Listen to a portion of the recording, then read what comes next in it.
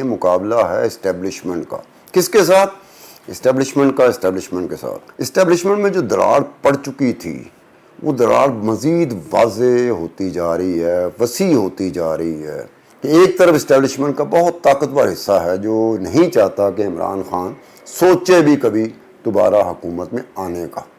اور اسٹیبلشمنٹ کا دوسرا حصہ جو اتنا طاقتور تو نہیں ہے لیکن کمزور بھی نہیں ہے, وہ چاہ رہا ہے کہ ہم دیکھتے ہیں کہ عمران خان کے راستے میں کون کون سی رکاوٹ ڈالی جائے گی. عبدالستار خان آپ کو خوش آمدید کہتا ہے. اس وقت ملک میں سیاسی طور پر جو سیاسی میدان میں سیاسی جو جماعتیں ہیں, جو سیاست میں ایک دوسرے کے مد مقابل ہیں, ان کے درمیان مقابلہ نہیں ہے, یہ مقابلہ ہے اسٹیبلشمنٹ کا. کس کے ساتھ؟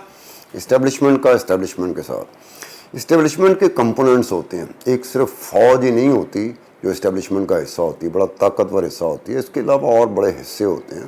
کمپوننٹس ہوتے ہیں اسٹیبلشمنٹ. یہ ان کی لڑائی چل رہی ہے, اور آبویس بات ہے جب ان کی لڑائی چل رہی ہے تو ان کے پیادے کون ہیں جو اس وقت سیاسی جماعتیں ہیں جو حکومت میں بیٹھی ہوئی ہیں اور یا اپوزیشن میں عمران خان کی شکل میں بیٹھی ہوئی, یہ پیادے ہیں.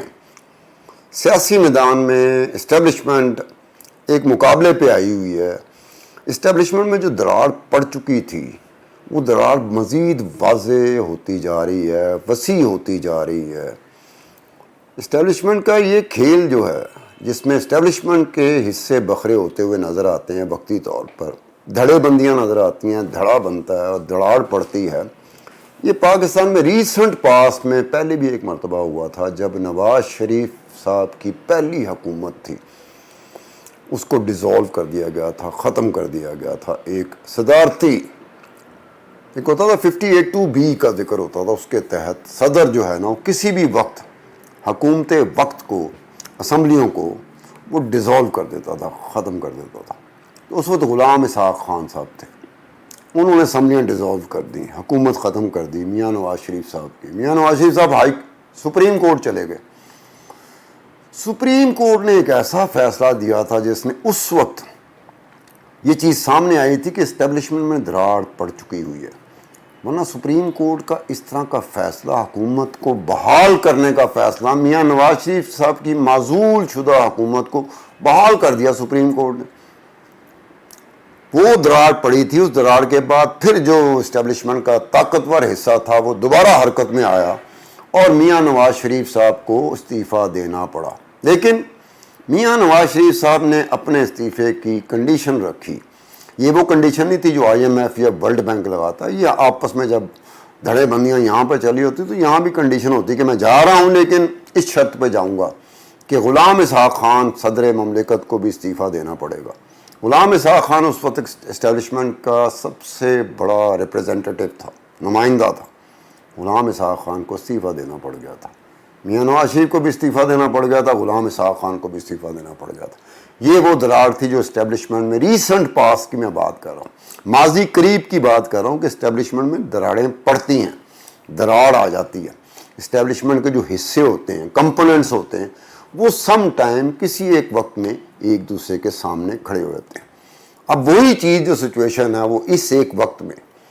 وہ بڑی شدت کے ساتھ سامنے آتی جا رہی ہے کہ ایک طرف اسٹیبلشمنٹ کا بہت طاقتور حصہ ہے جو نہیں چاہتا کہ عمران خان سوچے بھی کبھی دوبارہ حکومت میں آنے کا, اور اسٹیبلشمنٹ کا دوسرا حصہ جو اتنا طاقتور تو نہیں ہے لیکن کمزور بھی نہیں ہے, وہ چاہ رہا ہے کہ ہم دیکھتے ہیں کہ عمران خان کے راستے میں کون کون سی رکاوٹ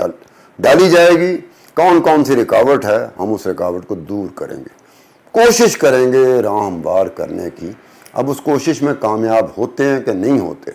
اب یہ اسٹیبلشمنٹ کا وہ حصہ ہے.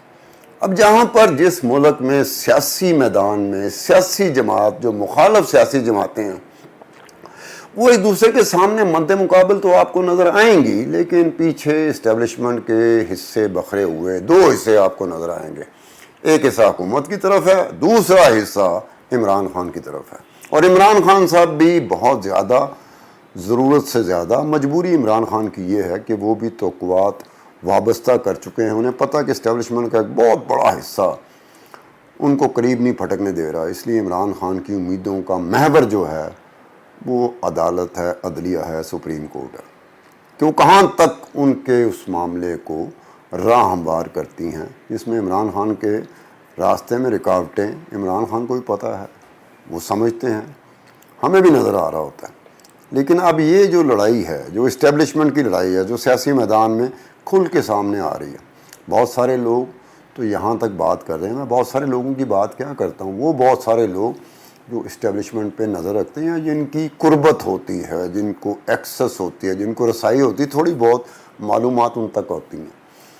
کہ یہ پیچ ورک بھی کام ہوتا ہے کہ کسی طریقے سے یہ جو دھڑے بندی ہو چکی ہے اسٹیبلشمنٹ میں، یہ دھڑے بندی ختم ہو جائے۔ اب وہ دھڑے بندی ختم ہوگی کہ نہیں ہوگی؟ اگر ہوگی تو اس کی وجوہات کیا ہوں گی؟ طے کیا ہوگا کہ کن بنیادوں پر؟ کیا اسٹیبلشمنٹ کا ایک حصہ جو طاقتور حصہ ہے، جو حکومت کے ساتھ ہے اس وقت، کیا وہ آج کے دور کی حکومت جس میں بہت ساری جماعتیں ہیں، وہ اپنا دست شفقت جو ان کا مشہور رہا ہے اسٹیبلشمنٹ کا، کہ ہر ایک کی کوشش ہوتی ہے کہ دست شفقت میرے سر پر آ جائے، آسانی ہو جاتی ہے اسٹیبلشمنٹ کا دست شفقت آنے کا، تو کیا اسٹیبلشمنٹ کا وہ طاقتور حصہ جو حکومت کی پہ دست شفقت رکھ کے بیٹھا ہو، کیا وہ ہٹا لے گا؟ اور کیا اسی طرح سے جو اسٹیبلشمنٹ کا دوسرا حصہ ہے، جو اتنا طاقتور نہیں ہے جتنا پہلا حصہ ہے، کیا وہ عمران خان پہ جو دست شفقت ہے اس کو ہٹا لے گا؟ کیا ان کے درمیان اس بات پہ سمجھوتا ہوگا کہ جناب اپنے اپنے چہیتوں پہ سے ہاتھ اٹھا لیا جائے،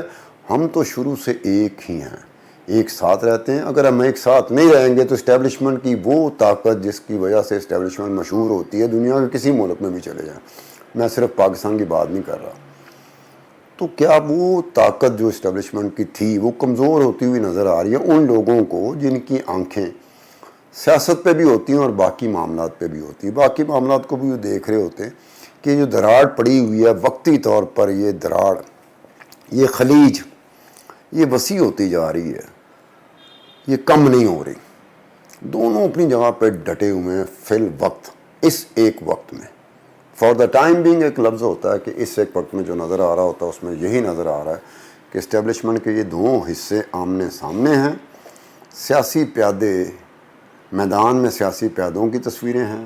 شکلیں سیاسی پیادوں کی ہیں، لیکن behind the scene, behind the curtain, پیچھے اسٹیبلشمنٹ کے وہ دونوں حصے ہیں، طاقتور حصے، ایک تو بہت زیادہ طاقتور ہے، دوسرا اتنا زیادہ طاقتور نہیں ہے، لیکن جو دوسرا حصہ ہے جس کو میں کہہ رہا ہوں بہت زیادہ طاقتور نہیں ہے، فی الوقت ان کا ہاتھ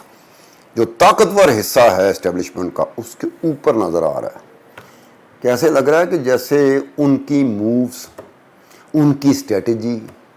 وہ کامیاب ہے اسٹیبلشمنٹ کے طاقتور حصے کی نسبت، ایک ایج ملتا ہے آپ کو کہ لگتا ایسے ہے کہ جیسے جو آپ چاہ رہے ہیں سیاسی میدان میں جیسا ہونا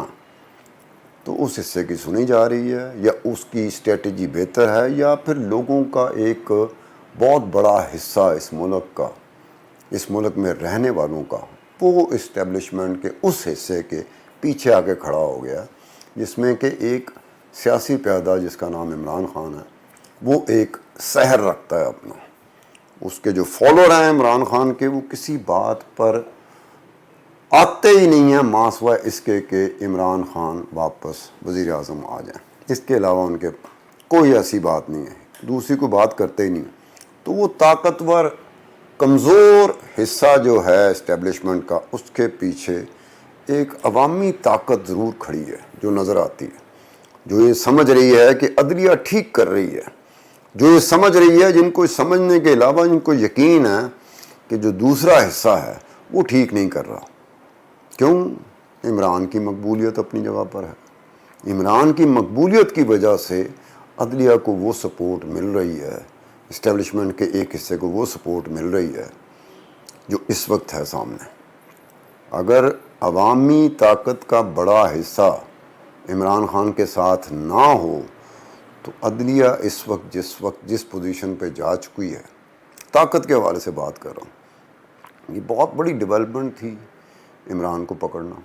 لیکن یہ بھی اس سے بڑی ڈیولپمنٹ تھی عمران کا رہا ہونا۔ اب یہ اس کے پیچھے اسٹیبلشمنٹ ہی ایک حصہ اسٹیبلشمنٹ کا کیا چاہتا ہے کہ عمران اندر ہو، اسٹیبلشمنٹ کا دوسرا حصہ چاہتا ہے کہ نہیں، عمران اندر نہیں رہ سکتا، آپ نے کر دیا اندر، ہم بھی کر سکتے ہیں، کیونکہ راستے دکھانا، راستہ ہموار کرنا، دونوں کے پاس گنجائش ہوتی ہے۔ آنے والے وقتوں میں اسٹیبلشمنٹ کے یہ دو دھڑے جو دراڑ پڑ چکی ہوئی ہے، آنے والے دنوں میں ان کی کیا اسٹریٹجی ہوگی، کس طریقے سے کاؤنٹر کر رہے ہوں گے ایک دوسرے کو، وہ کون سی ایسی چیزیں ہوں گی، وہ کون سے ایسے عوامل ہوں گے جن کی بنیاد پر اسٹیبلشمنٹ کے ان دھڑوں کو ایج ملے گا کہ دیکھیں جو ہم چاہتے تھے وہی ہوا۔ اب سم ٹائم چاہتے ہوئے بھی اگر کوئی چیز ہو جائے لیکن اس کی قیمت بڑی ادا کرنی پڑے تو یہ اسٹیبلشمنٹ کو گوارا نہیں ہوتی۔ ایک وہ چیز جو چاہتے ہیں لیکن قیمت بڑی نہ دینی پڑی، اس کے لیے وہ تیار رہتے ہیں، لیکن اس ایک وقت میں ایسے ہی لگ رہا ہے جیسے اسٹیبلشمنٹ کے ایک طاقتور حصے کو ایک شاید بڑی قیمت ادا کرنی پڑ جائے۔ اس کے ساتھ ہی عبدالستار خان کو اجازت دیجیے۔ خدا حافظ۔